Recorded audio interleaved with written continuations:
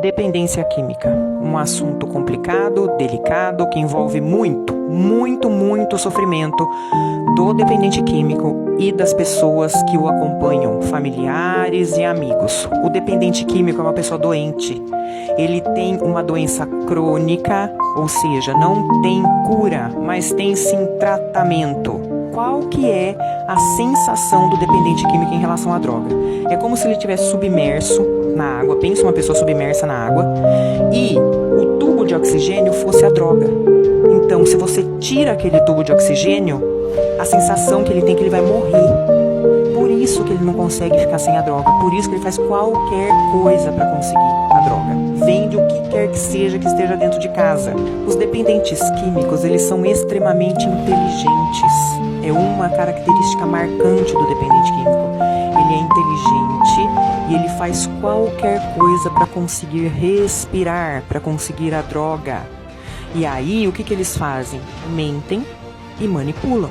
Aí você junta a manipulação e a mentira com essa inteligência fora do comum que eles têm.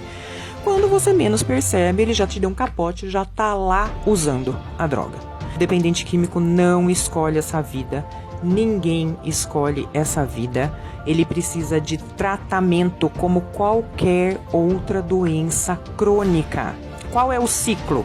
O dependente químico, ele não consegue enxergar outra saída a não ser usar a droga. Ou seja, ele teve uma dinâmica de relações, ele constituiu a vida dele, a história dele de tal forma, não existe outro jeito dele resolver as coisas dele, não existe outra saída a não ser a droga. A gente pode pensar, por exemplo, também no suicídio, fazer um paralelo.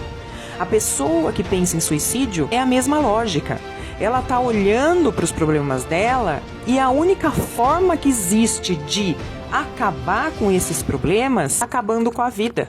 Quem pensa em suicídio não quer acabar com a vida. 99% das vezes não quer acabar com a vida. Quer acabar com os problemas. Mas para ela não existe outra saída. Existem outras saídas? Existem, mas ela não enxerga. O dependente químico é a mesma coisa. Existem outras saídas a não ser utilizar a droga? Existem, mas ele não enxerga. E aí, somando a isso, tem toda uma dinâmica neurofisiológica, que é biológica, que é do corpo. Então, qual é o ciclo que o dependente químico está inserido quando a gente fala da doença da dependência química? Como ele não acha outra saída, ele vai usar. Só que ele sabe que ele não pode usar.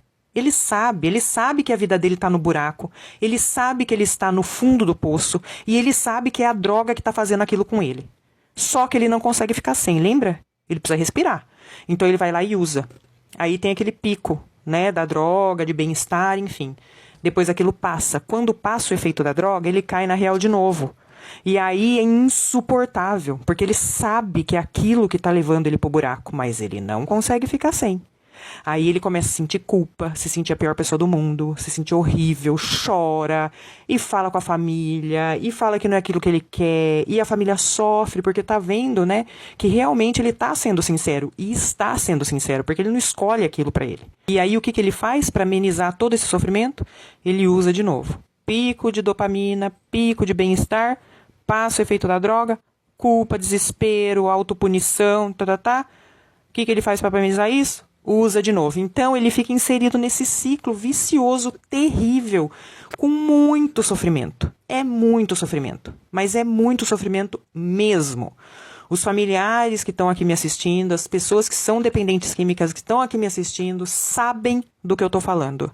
Quais são os tratamentos? Na minha opinião, como psicóloga clínica que tem experiência em dependência química, não faz sentido a redução de danos. Não faz sentido porque uma das características da dependência química é justamente a falta de controle.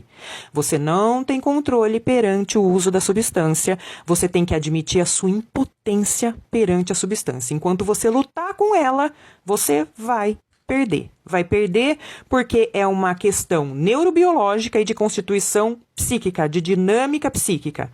Então, para mim, não faz sentido a redução de danos. Teria, sim, que cortar, zerar e buscar outras formas de preencher esse vazio que a droga deixa, porque é um vazio que é muito difícil de lidar. E aí, a recaída é muito comum durante o processo. Há aqueles que digam que faz parte do processo, até concordo em partes, mas deixa um vazio, mas um vazio que a pessoa não consegue, que é muito dolorido, e ela precisa de ajuda, ela precisa de uma rede de apoio. Eu espero que esse vídeo tenha sido útil para as pessoas que passam por isso, e se ficou alguma dúvida, alguma questão, é só comentar, curtir, compartilhar com quem vocês acham que esse vídeo pode ajudar.